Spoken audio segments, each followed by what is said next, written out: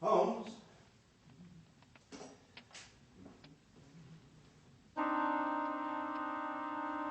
My God, Holmes!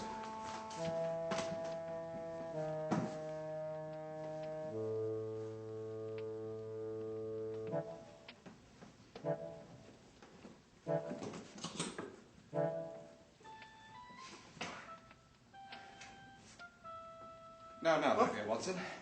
You know you won't let me have the medicine that I truly crave. You're not ill, Holmes? No. In fact, I'm feeling much better, although I do seem to have rendered myself unconscious. How did you manage to do that? Was trying to determine how long I could sustain full consciousness whilst deprived of oxygen. I'm almost afraid to ask your findings. Rather difficult to determine, although I'd wager it was somewhere within the area of 7 minutes and 19 seconds. As your physician, Holmes, I'm obliged to condemn your actions. You could have caused yourself irreparable damage. And as my friend. In Afghanistan, I observed a street magician submerged in a tub of water for 10 whole minutes, without drawing a single breath. Ah, then you're saying that I can do better. No, I did not say that. You see, the key is in the meditation. To have full control over one's mind and body. It is proved invaluable with the Bartitsu. Are you expecting anyone, Holmes? Yes, so that is likely Inspector Lestrade here wrote to say that he would be calling this morning. Let's see. Yes. Inspector! Dr. Watson. Ah, my dear Inspector Lestrade, how very good it is to see you. As a visit from you usually precedes several quid in my pocket. It's 10:30 in the morning, Holmes, and I've been up for many hours. I don't have the energy to verbally spar with you this morning. Perhaps some coffee is in order then. It's 10:30, man. Make it brandy. Yes, of course, as you will. Thank you. Have you read the Morning Chronicle yet, Holmes? No, although I do believe that Watson has procured the second edition. Don't bother. I can summarize the only interesting story that's in it today. There was a young woman murdered in Crow's Court this morning. A public house singer by the name of Sally Sainsbury. She was attacked, strangled, and mutilated beyond reasonable recognition. Like the Ripper? No, Doctor. The Ripper was more methodical in his work. This one here was much cruder, and I dare say a lot more vicious. Is there a suspect? Yes, we have a man in custody. Then I cannot see how it is that I can be of assistance to you, Lestrade. The murder itself is secondary to the odd circumstances surrounding it. It's this blasted article. Well, what of it? It's a faithful account of the murder of Sally Sainsbury. Right down to the position of the body, the name of the fellow who found her. Then what is it that perturbs you, my dear Lestrade? In order for that story to have made it to the second edition of the Chronicle, it would have had to have been written and typeset by 2 a.m. in the morning. A full 2 hours before the actual crime took place.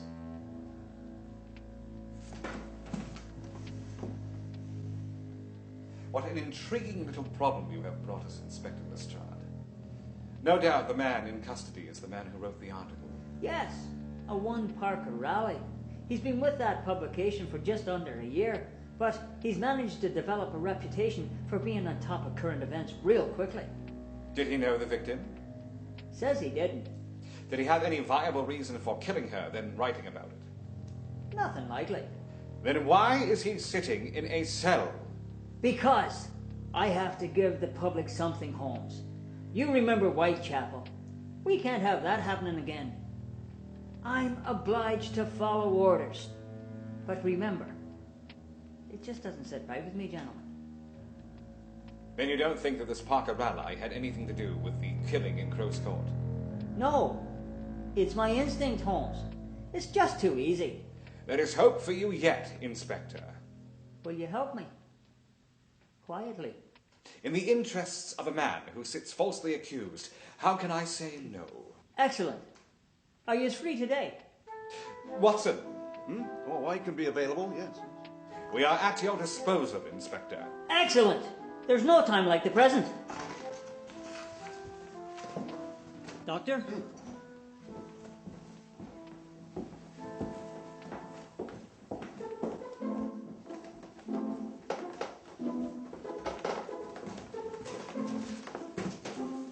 In the interests of a wrongly accused man. Admit it, Holmes, you're intrigued. Much more intriguing than choking in the air from my lungs.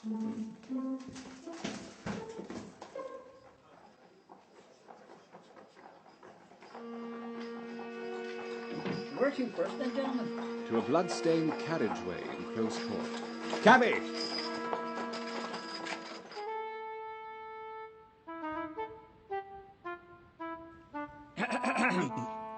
At ease, Wilkins. It's not the Queen.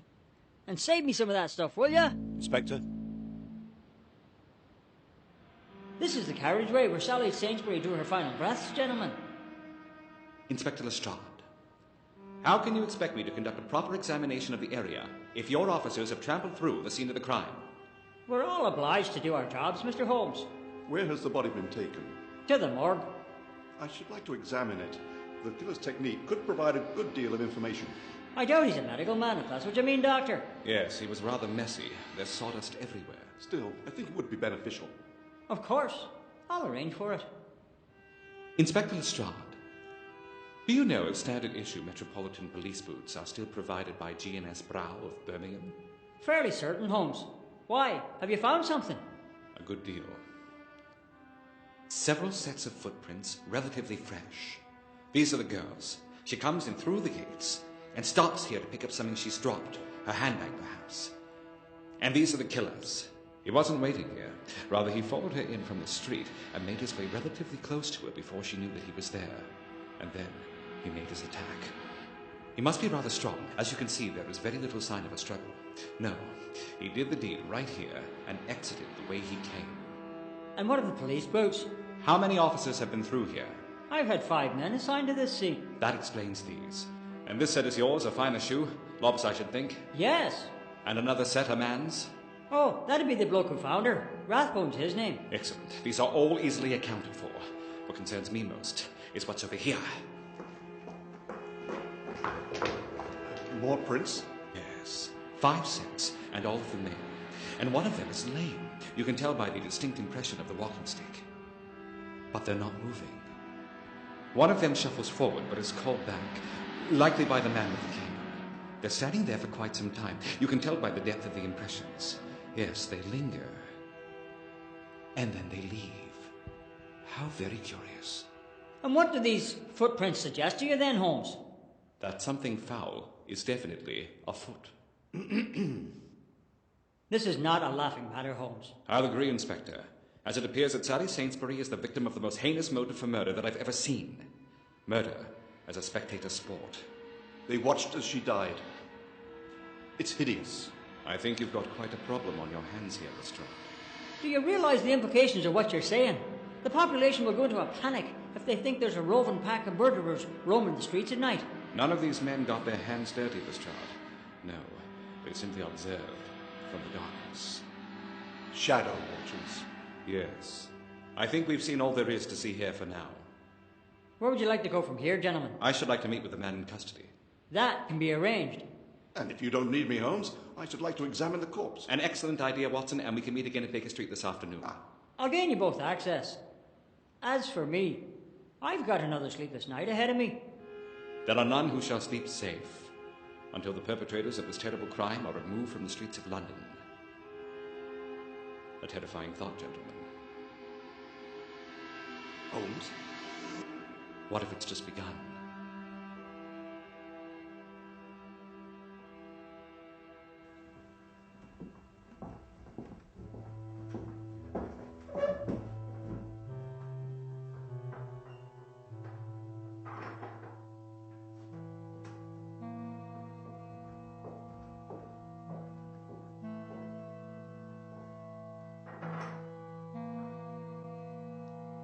Good morning, sunshine. Inspector Lestrade, expression on your face does not infer that you're here to set me free, so you'll forgive me if I don't rise. And who's this you brought with you? The hangman? This is Mr. Sherlock Holmes of Baker Street. Then you really do exist. I've often thought that you might have been an invention of Dr. Watson's. I've read some of the stories in the Strand magazine. Tell me, Mr. Holmes, are you really as brilliant as your chronicler suggests? Or are you as common as the rest of us? Somewhere in between, I should like to think.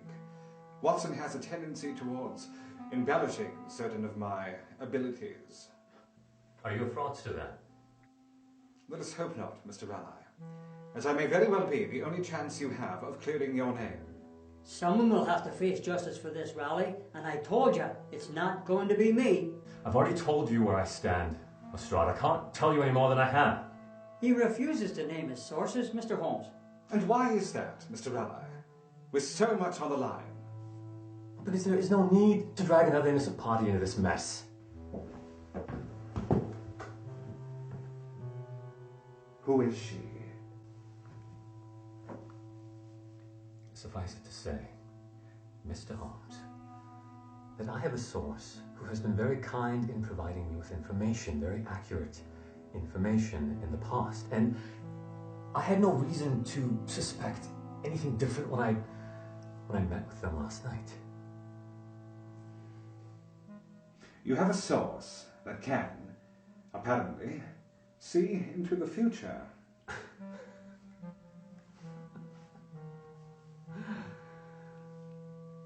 That would be preposterous.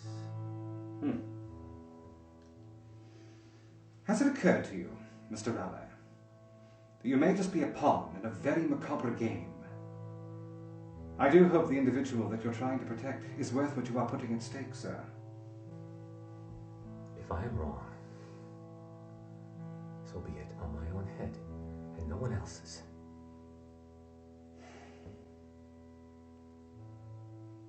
You find yourself in a most compromising situation, Mr. Raleigh, and I'm not entirely convinced that I can help you. You're not making this easy for either of us. But we shall press forward. I'm finished for now, Inspector.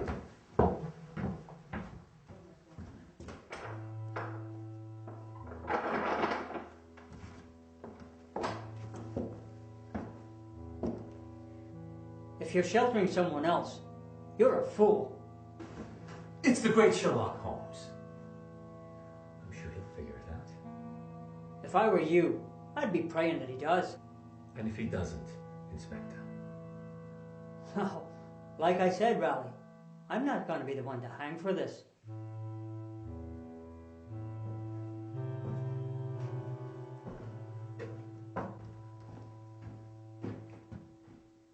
He's a bloody fool, Holmes. Albeit an impassioned one. Well, back in the old days, I'd have made him talk. But nowadays, with things being as political as they are, well, what do you suggest, Holmes? When in doubt, Lestrade, there is always Paganini. So, you think that this Paganini fellow might have done it?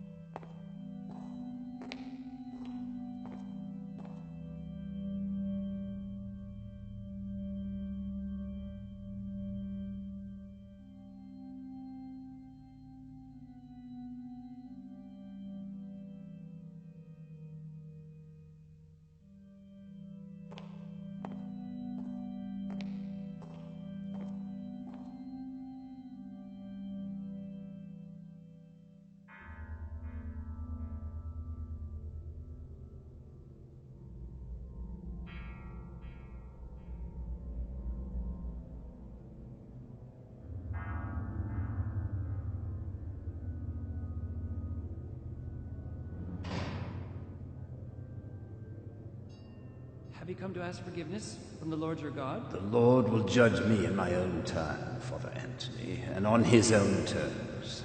It is you who shall be judged on this plane. Why have you come here? This morning, you almost intervened with the program in Crow's Court. And now we have learned that you spoke of our endeavors, shared our plans with one not worthy. You are a weak man, Father, and a weak link in the chain threatens our very existence. Surely you will not harm me in the house of God. The Lord will show you no mercy for what you have done, father. This is not your time, though it approaches swiftly. First, there is a woman who lives in Belmare Garden. Evelyn? No. Evelyn, yes, that's the one. Oh, Evelyn!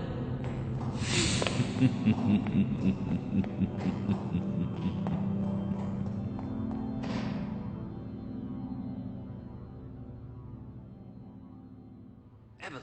I wish that you'd never come to me all those months ago. I wish I'd never met you. But I've loved you so much. I've given you so much. We've shared so much. All that we've shared is your indulgence. You're not the first priest to call me, nor will you be the last. How can you say these things to me? How could you have betrayed my trust? You came to me drunken with a loose tongue, bragging about those terrible people and the horrible things you were going to do. I didn't believe you at first. I thought it was part of some macabre fantasy, but there was something in your eyes, something that frightened me more than the words you spoke or the deeds you described. It was sincerity. It haunted me after you left. Now, dear God, that poor woman... Who did you tell? I shouldn't be here. Evelyn, who did you tell? Better man than you, supposed child of God. You're nothing but the son of Satan. No, I'm a good man. I tried to stop them. I tried to help her. Who, Anthony? The woman who's butchered this morning? Whose life was taken from her in the cruelest of ways? I know that I will burn in hell for all eternity for my sins. Now you tell me I might be in danger. Evelyn, listen to me. You can't understand the full extent of this, how deep this runs. If only you knew how powerful. I don't want to know. I never wanted to know. Why can't you see? Why can't you understand? But Evelyn, I love you so much. I don't love you. Evelyn, you know I love you. I've always loved you. I will always love you, Evelyn. Evelyn, you're breaking my heart.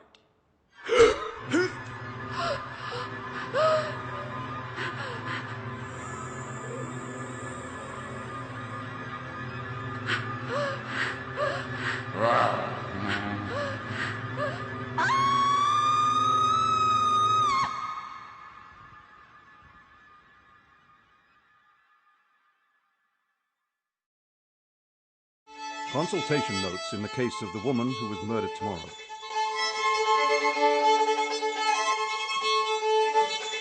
After our examination of the scene in Crow's Court, I attended the district morgue where I was able to examine the remains of the unfortunate Miss Sally Saintsbury. 2 bodies? 1 body in 2 acts. In hindsight, I wasn't prepared for what I was about to see. My God.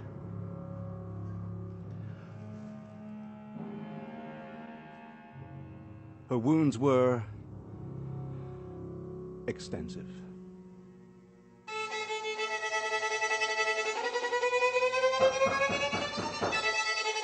Holmes! The door, Holmes!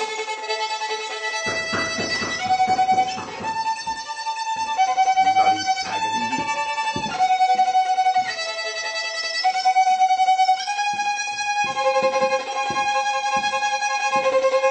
He's been at this all night. Inspector Lestrade, I didn't hear you come in. There's been another incident, gentlemen. Another murder. This one's a double, and it's much more sensitive than the first. And you're certain that it's the same killers? This time we found the same sets of footprints. Well, 4 of them with the cripple. I never said crippled, Inspector. Simply lame. Duly noted. There's the gutting and mutilation of the bodies, Removal of certain organs. piled neatly around the corpses. And the unfortunate victims. Well, that's where this case becomes exceptionally sensitive, Holmes. The first, a professional mistress by the name of Evelyn Norwood, and the other, a father, Anthony Jeffers. Father? You mean... This case is getting darker by the minute, Lestrade. Yes, a reporter's already come by from the London Times. They're calling it the Adam and Eve killings. The affair of the priest and the prostitute. What do you think, Holmes? Is the killer making a statement? Perhaps. Although maybe this was an act of necessity. What do we know about the young Father Jeffers? He was the resident priest at the Church of the Immaculate Trinity. Until last night, that is. Well, looks like Parker Riley's off the hook then. Evidently. Although I wouldn't release him quite yet, if only for his own protection. Why? Do you think whoever committed these atrocities might have it in for him then?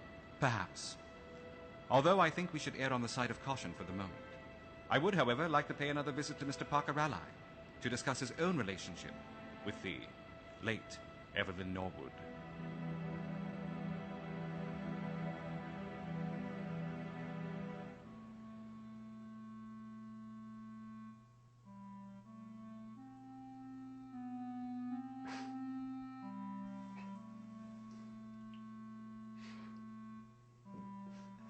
What do you mean she's dead? How? Severing of the superior vena cava. She bled to death. Was it an accident? It was no accident, Mr. Raleigh. Evelyn Norwood was no doubt murdered by the same hands that took the life of Sally Sainsbury. Why? Why Evelyn? What do you think, man? Covering his tracks. But the information came from elsewhere. Evelyn was just a filter. The man who provided her with that information is also dead. Who was he? That is irrelevant now, Mr. Raleigh. What is of the utmost importance is you providing us with all the details pertaining to your last rendezvous with the late Evelyn Norwood. But what good is that now?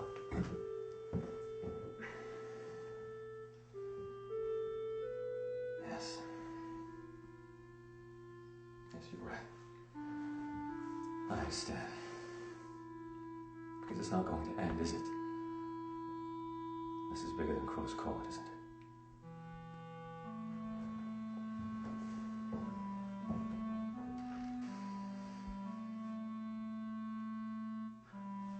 A lot is going to be said about Evelyn when more of her past comes to light. But I knew her in a different way than the other men in her life. Yes. Yes, we were lovers. And I can't deny that she had several important men, paying men. And sometimes they would let slip some important information. And sometimes Evelyn would let me take full advantage of their secrets. And one was for my career. But I didn't use Evelyn. If that's what you think. I genuinely loved her. And I think she did me. But what of the murder in Crow's Court? That was different, wasn't it? So dark. So strange. When I called on her that night, I could see that she was markedly affected by the homelessness.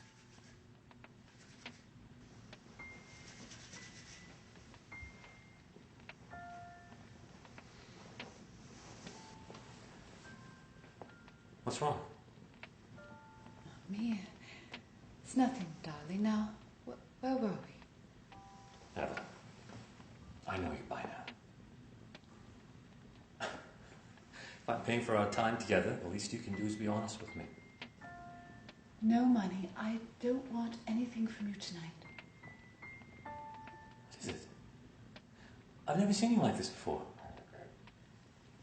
I think you're frightened of something. Why would you say that? Because I know people. I can read people. It's a part of my craft. Yes. There is something on my mind. Something haunting me. Evelyn,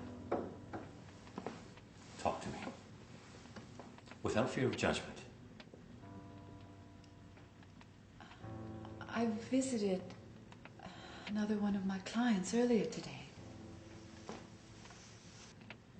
Someone high-ranking? Not especially, but someone respected in the community nonetheless. A regular gentleman attached to me, but harmless. He came to me, drunken, spinning a story so horrible I thought he must have pulled it from the pages of the Penny Dreadful. What type of story?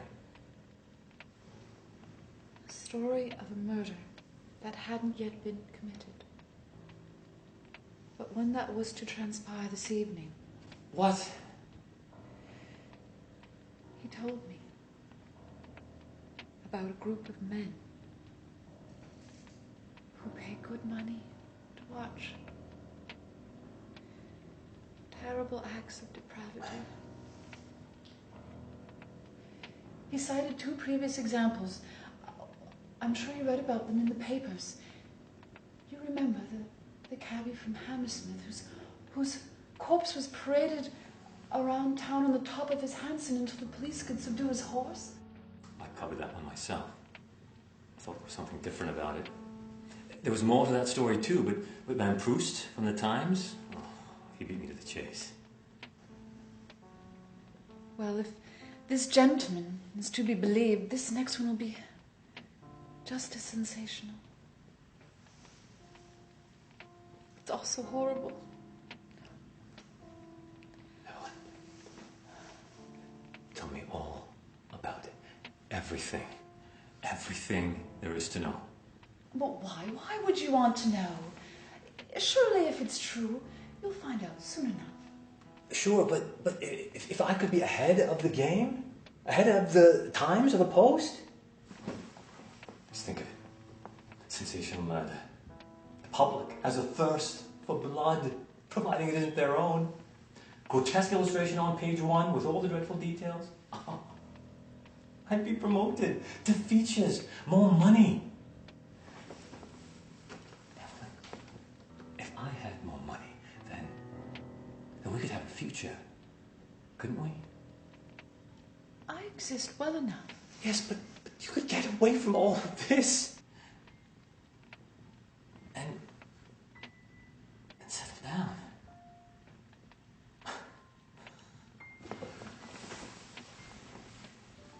With me.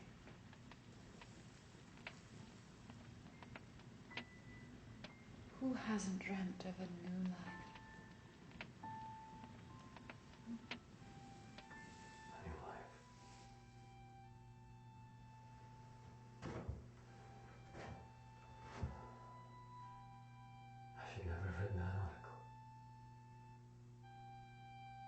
Myself. But I was thinking of Evelyn too. My editor was easily swayed to believe that what I had written was from a reliable police source. And when the murder was committed, right down to the most minute detail in the wretched plan,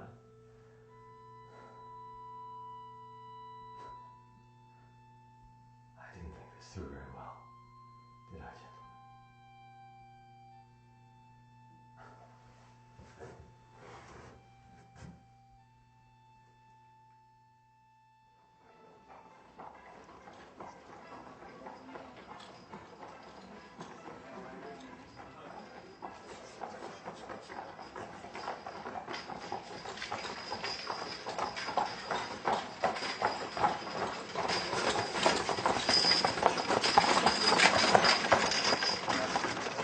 What do you make of it all, Holmes? Enough of what I think, my dear Watson. What are your observations, my good friend? Oh, well, I'm convinced of Mr. Raleigh's innocence. Yes, there's no doubt in my mind. Yeah, and furthermore, I think Miss Norwood, regardless of her profession, is an unfortunate casualty, dragged into this affair with no doing of her own. Yes, quite unfortunate. Yes. Look, I know how you feel about assumptions, but I think it's safe to assume that the relationship between Miss Norwood and the priest was anything but righteous. Yes, well, he would not be the first man of the cloth to surrender to carnal temptation. But what are these other men, Watson? These shadow watchers, as you've romanticized them? Yes. Oh, and the killer, of course. I'm not so interested in him as much as his benefactors. No. This is a terribly dark business, Watson. Yes, we must do all we can to bring it to an end, Holmes. There is always a solution, my dear boy. But how much blood must flow in the interim?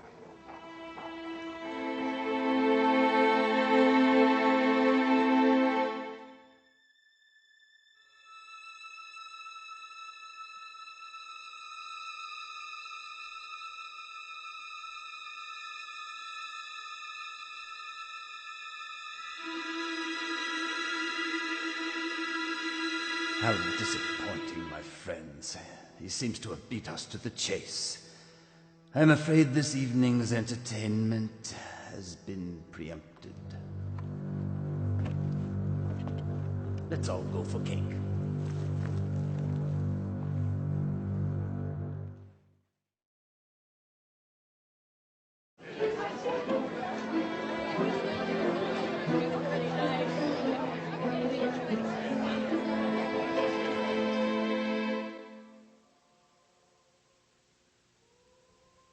This leg, scars from my days in the mission. I must admit, gentlemen, that I'm rather hesitant to speak with you this morning. I've already given a lengthy statement to the police. Yes, just a few minutes of your time, Cardinal, and we shall be on our way. It's not a matter of my time, Mr. Holmes. At this point in my life, it seems I have nothing but time on my hands. It's the subject matter. It's obvious to us now that Father Anthony was a deeply troubled man with great inner conflict. Why do you say he was troubled? Despite the fact that I wear these robes, gentlemen, I am not so far removed from this world as to be unable to hazard a guess as to what Father Anthony was up to with this woman. But you must understand my position and the devastating impact such an indiscretion could have on our church. This institution of righteousness. Are you both righteous in your lives, gentlemen? So many have wandered so far from the flock. Yes, what can you tell us about Father Anthony Jeffers? Very little, I'm afraid. I didn't know him very well. He came to England from America some years ago, where he had worked for some time, traveling to various outposts, spreading the word of the Lord amongst the new settlers and the natives of that land. Prior to that, I don't know very much about him. It's my understanding that he was well liked by his congregation. I'd never heard a bad word about him.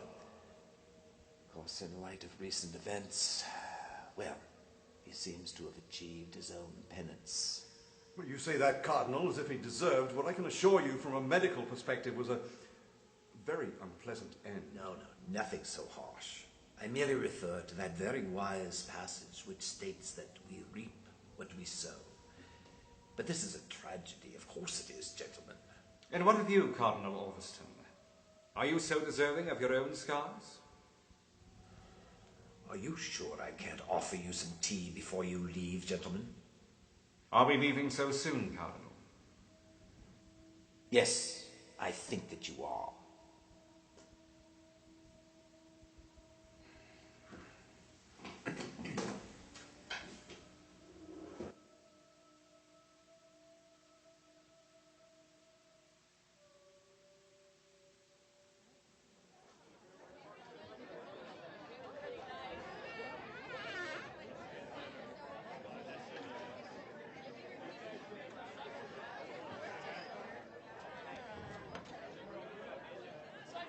That was uncomfortable, Holmes.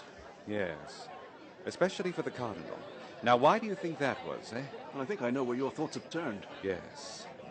Then you'll agree that this case seems to have taken a darker, more insidious turn. Well, if you're right, yes. Oh, how absolutely daft of me. Watson? Well, it seemed to have taken the wrong walking stick. And if I'm not mistaken, this could be the Cardinal's. My dear Watson, there are times when you amaze me. And then there are moments such as these. A beacon of light, my dear fellow.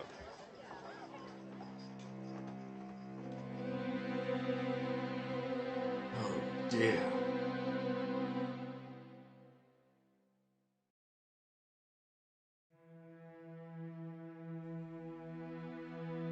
To make reference to the methods of Sherlock Holmes as eccentric would be to commit a gross understatement of the facts. And yet, while I cannot say that I always understood my friend's investigative techniques at the outset, I was always confident in the notion that he would consistently achieve the conclusions he sought. This case was no different. Firstly, there was the analysis of the mud wiped from the base of the Cardinal's walking stick. Holmes often proclaimed that he had the unique ability to identify dozens of variations of dirt from all over the city, nay, the country, and was able to determine the districts in which they originated. Then there was the poring through records, obscure volumes among both the city's and Holmes' own private archives, curious and sometimes ancient texts, written by more curious and even far more ancient authors, some unknown, I suspected, to all but Holmes himself. And then there was the urgent summons for a jar of honey.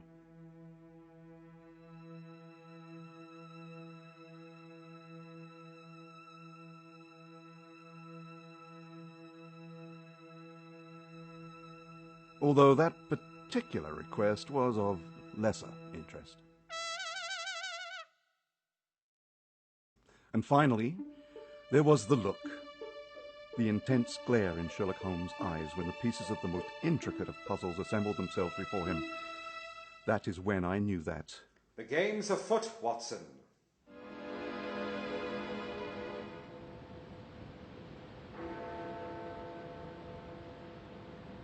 This area is as secure as we're going to get it tonight.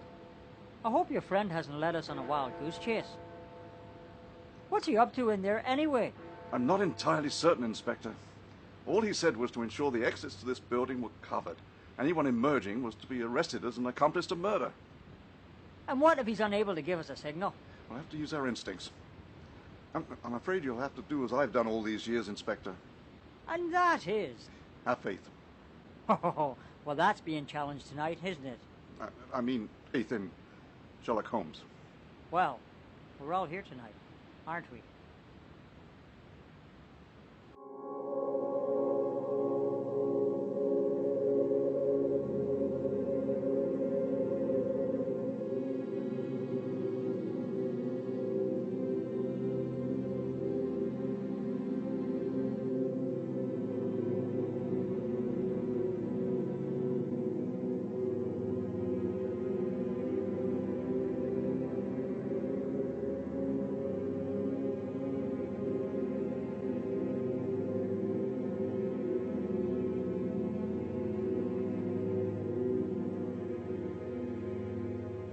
Thank you for joining me here on such short notice, gentlemen.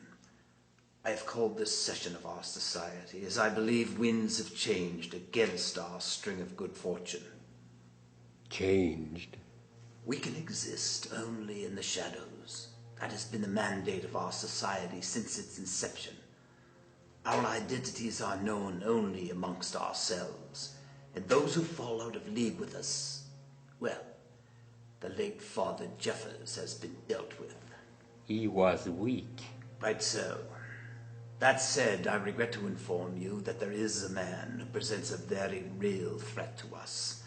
One which may ultimately lead to shining a light on our excursions. His name is Sherlock Holmes. Perhaps you've heard of him. This a blackguard from the Penny Dreadfuls? I believe he may be a formidable foe. Maybe our Austrian friend should take care of him. I will see to it that he is dealt with. But the matter is pressing, as I believe he may be working in league with the police. The police? But you assured us. Relax, brother. We remain in control. Our influence is felt in many places, important places.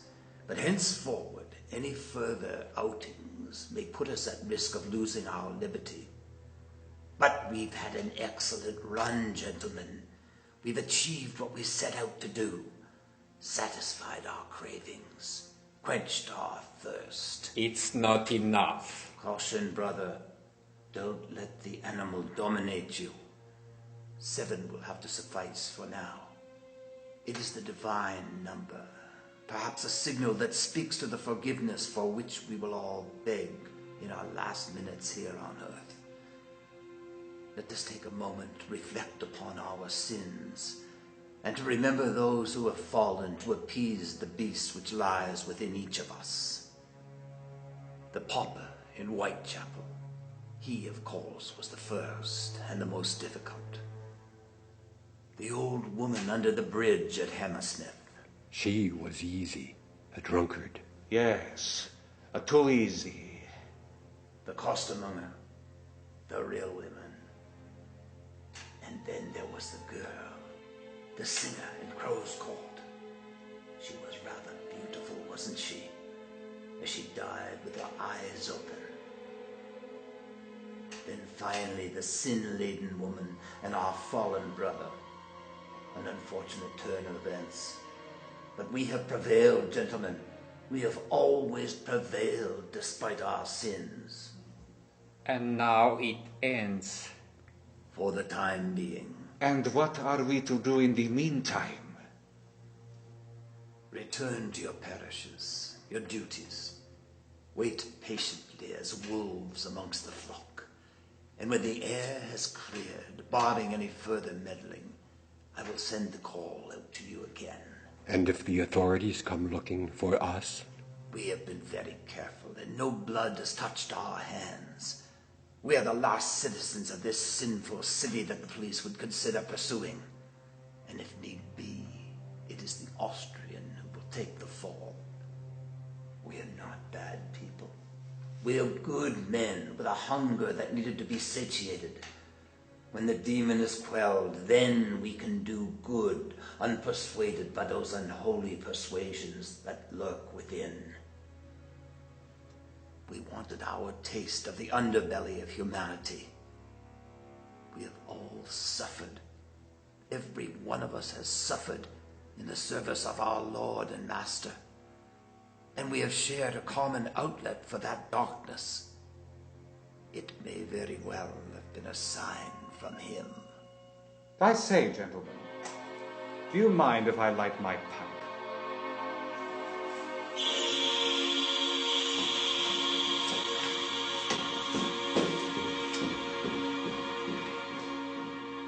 And such fine gentlemen we've had with us this evening. Father Stevenson of the Church of the Good Thief, and Father Chalmers of St. Barbara's, and of course, the good Cardinal Ulverston. You should not be here, Mr. Holmes. Our membership is quite select. Scoundrels and cowards, lurking in the shadows of London. Vile men, each and every one of you. I take it there are police officers waiting outside. At every entrance. I see.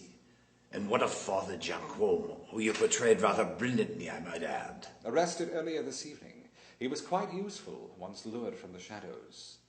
And there is nothing I have to say in my defense. How long until they come in here? Once I give the signal. What are you waiting for? There are one or two points of interest I should like to clarify, if you wouldn't mind. I am at your mercy, Mr. Holmes. Tell me, when you lost your leg as a young man in Africa, is that when you first lost your mind? You are cruel, Mr. Holmes. It was the common thread that linked you with the other priests. During our earlier meeting, you had mentioned that Father Anthony Jeffers had served as a missionary in America. What you neglected to tell me was that he had suffered at the hands of the Iroquois whilst trying to convert them to his faith. He came to England a broken and scarred man. He found strength amongst our brotherhood. I found the similarities between you both rather curious and began researching other members, leaders of your dioceses, men whose tormented minds might compel them to commit such ghastly acts against humanity. Father Harrison Stevenson suffered serious burns in a fire when his church burned to the ground. His misfortune occurred whilst trying to save the life of the organist who herself died in the blaze. Père Christophe Chalmers, thieves broke into his parish one evening and tried to make off with the poor box. He tried to stop them and was beaten near death in the process. Parasites nearly did Father Giacomo in Guyana, and the subsequent months of pain and illness robbed him of his youthful vitality, leaving him the broken shadow of the man that he once was. 5 exalted men, all in the same diocese and all scarred in both body and mind. They form a common bond and channel their suffering into the suffering of others. But why? Why? And why do you think, Mr. Holmes? Because I think that you loathed your your suffering, your sacrifice, the cost of your pledge towards goodwill, and wanted so much to witness the underbelly, the darker side of humanity, that dark side which has touched your life so profoundly. I'll wager there's a demon inside you, one that could turn to the doctors with the proper persuasion. What of your sins, my son? Who is your accomplice in this business? Why don't you ask him yourself?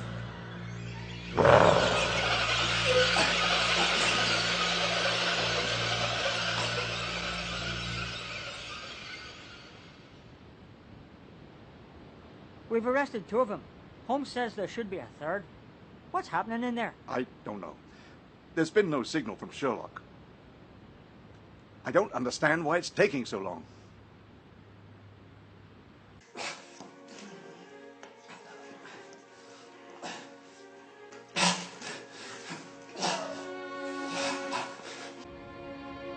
No. Something's not right. I know Holmes. Wait! I'm the bloody policeman.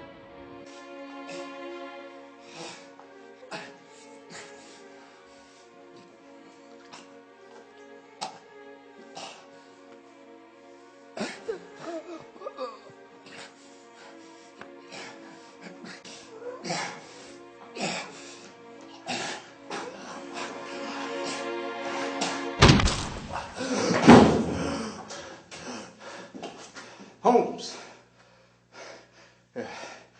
Good old Watson.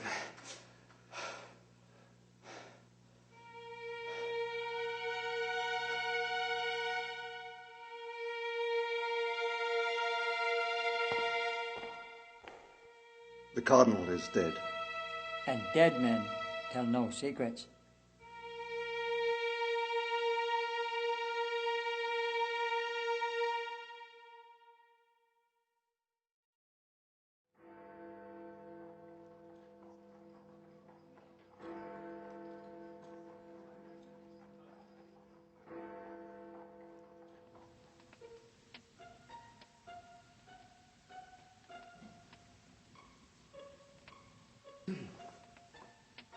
Priests and cardinals.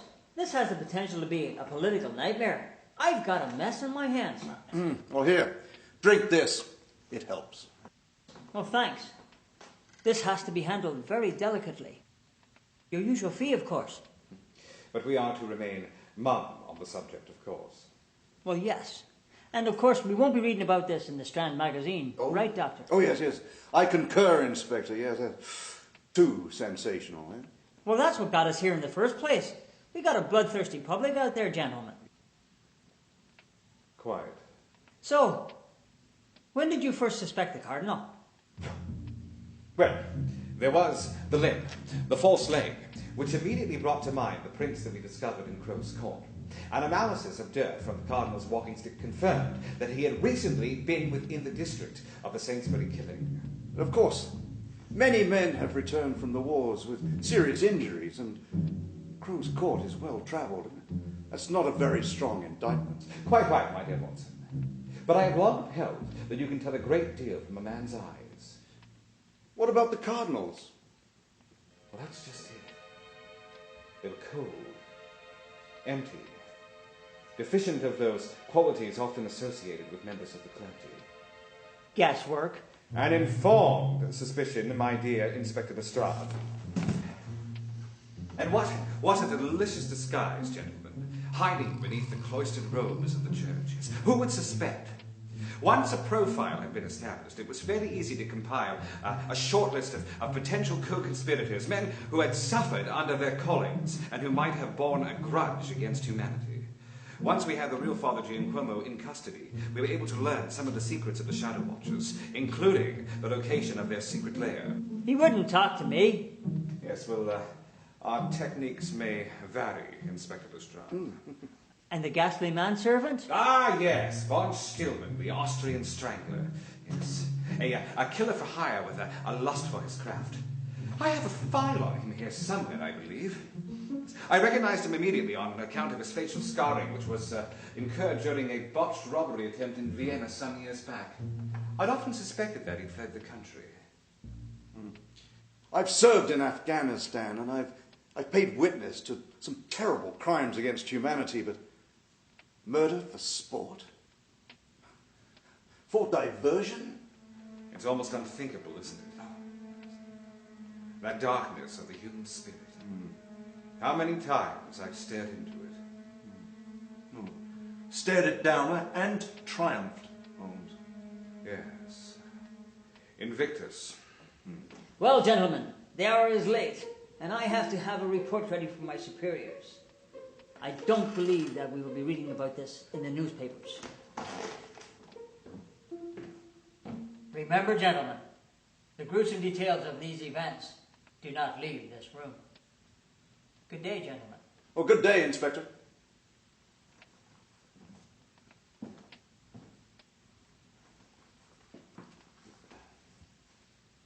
Well, another case has reached its denouement, my dear Dr. Watson.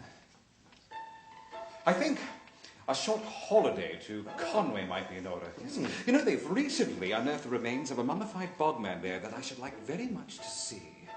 Yes. I can't think of a better way to spend some time. Oh, not a half bad idea, Holmes. No. What am I going to do with all my notes on this, then? Write it, seal it away, if it pleases you, if only for posterity. Yeah. Perhaps someone in 100 years' time might find cause to read it. Imagine that. Our little stories in 100 years, Well, until then, I suppose. Until then, my dear Watson, there is always Paganini.